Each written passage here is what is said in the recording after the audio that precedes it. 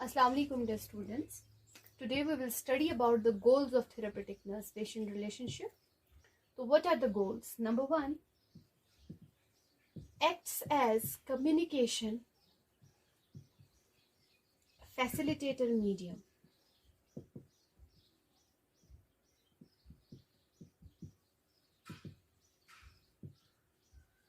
तो कैसे हम कह सकते हैं कि इसका गोल बन जाता है कि ये एक्ट करना चाहिए एज कम्युनिकेशन फैसिलिटेटर मीडियम। जैसे कि मैंने आपको कहा थेरेपेटिक नर्स पेशेंट रिलेशनशिप क्या होता है, तो अब जब नर्स डाटा गेन कर रही है कि बंदे के फीलिंग्स क्या हैं, क्लाइंट के थॉट्स क्या हैं, तो फिर उसके बाद उन पे गोल बन जाता है उसका कि कैसे मैं कम्युनिकेट करूं इस बंदे के साथ। अब मैं कैसे इन फीलिंग्स के बारे में इनको समझाऊं, इसको कैसे इन थॉट्स जो उसको फॉल्स बिलीव्स या फॉल्स थॉट्स आ रहे हैं तो कैसे इसको इससे बाहर निकालूं। तो वो एक गोल जो है किस चीज का है, therapeutic patient nurse patient relationship का। Number 2, acts as tool for problem solving. Obviously अब जब पेशेंट में कोई प्रॉब्लम्स हैं तो ये एक टूल बन जाता है, और इधर we can see it should become as a tool for problem solving. जो भी पेशेंट के प्रॉब्लम्स है उनको हम सॉर्ट आउट कैसे करेंगे, ये एक हथियार बन जाता है उन चीजों को सॉल्व आउट करने के लिए। Next is helps to examine self defeating behaviours. Behaviour हम कहते हैं सलूक, कैसा सलूक है इसका, ठीक है। तो हम सेल्फ डिफीटिंग बिहेवियर किसे कहेंगे? सेल्फ डिफीटिंग बिहेवियर उस सलूक को कहते हैं या उस बिहेवियर को कहते हैं जो खुद को शिकस्त दे, ठीक।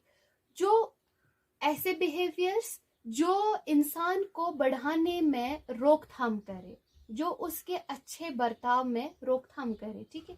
तो हम जो ही पेशेंट के साथ इंटरैक्ट करते हैं, कम्युनिकेट करते हैं, जो ही हमें लगा कि उसमें कुछ ऐसे बिहेवियर्स हैं, फॉल्स बिहेवियर्स हैं, उनको हम एग्जामिन करके उनको सॉर्ट आउट कर सकते हैं। और ये सेल्फ डिफीटिंग बिहेवियर सिर्फ क्लाइंट में नहीं हो सकते, ये नर्स में भी हो सकते हैं।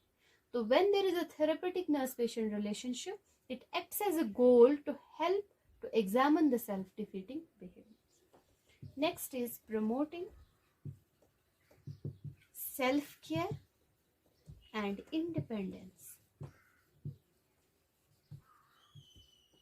This you can understand very well. These were the goals of therapeutic nurse-patient relationship. Now coming towards its components.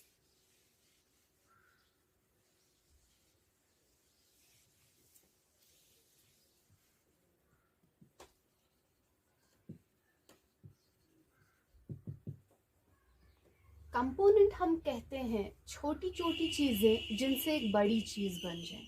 तो यहाँ पे कंपोनेंट्स क्या है थेरेपेटिक नर्स पेशेंट रिलेशनशिप के, या हम कह सकते हैं कि थेरेपेटिक नर्स पेशेंट रिलेशनशिप किन चीजों पे बुनियाद है, किन चीजों से बन जाता है। Number 1 is repo, next is empathy, next is warmth, and number 4 is genuineness.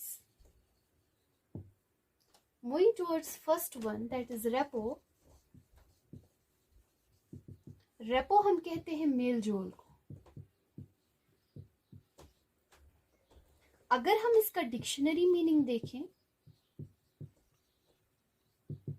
Repo हम कहते हैं रिलेशनशिप जो म्यूचुअल ट्रस्ट, जो मैंने ऑलरेडी आपको बोला, और इज्जत से बने, रेस्पेक्ट, क्लियर।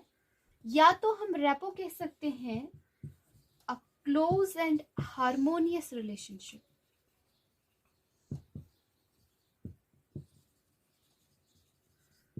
नजदीक, ठीक है। हार्मोनियस हम कहेंगे हम आहंगी को, ठीक। तो you know what is repo. Now moving forwards, मैं इसको इलॉबरेट करूं।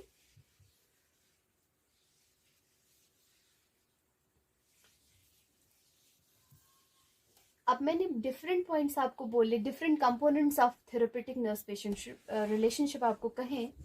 जो रेपो है नंबर 1 जो है, it is the crux of therapeutic relationship between nurse and client. ये क्रक्स क्या होता है? क्रक्स हम कहते हैं मोस्ट इंपॉर्टेंट पॉइंट या मोस्ट इंपॉर्टेंट थिंग। अब यहाँ पे हम कंपोनेंट्स की बात कर रहे हैं, 5 कंपोनेंट्स में रेपो जो है it's the most important one. Clear? अब नर्स एस्टैब्लिश कैसे कर सकती है repo? The nurse establishes repo through demonstration of understanding, सोचने समझने का, ठीक है, वामथ जिसको हम काइंडनेस भी कह सकते हैं। Next, non judgemental attitude. Non judgemental attitude हम कहेंगे उस तरीके को जिसमें एक्सेप्ट किया जाए उन बंदों को जिन्हें हम डिसएग्री करते हैं। ठीक है, तो बेहतर ये है कि दूसरों को जज ना किया जाए, दूसरों को समझा जाए, या हम कह सकते हैं it is better not to जज anyone, just understand them. Clear? और जो ये रेपो है जब ये डेवलप हो जाता है एक नर्स में, we can say that nurse is a skilled nurse. ठीक? When she becomes skilled by establishing rapport in her, तो जो पेशेंट होगा जिसके साथ वो कम्युनिकेट कर रही है, she can alleviate patient's problems. Already discussed in the class the difference between elevate and alleviate. ठीक है, तो यहाँ पे जो elevate है it means to decrease the patient's problems. और जब ये कंपोनेंट एस्टैब्लिश हो जाता है, बन जाता है, तब पेशेंट जो है वो कंफर्टेबल महसूस करता है with nurse and finds it easier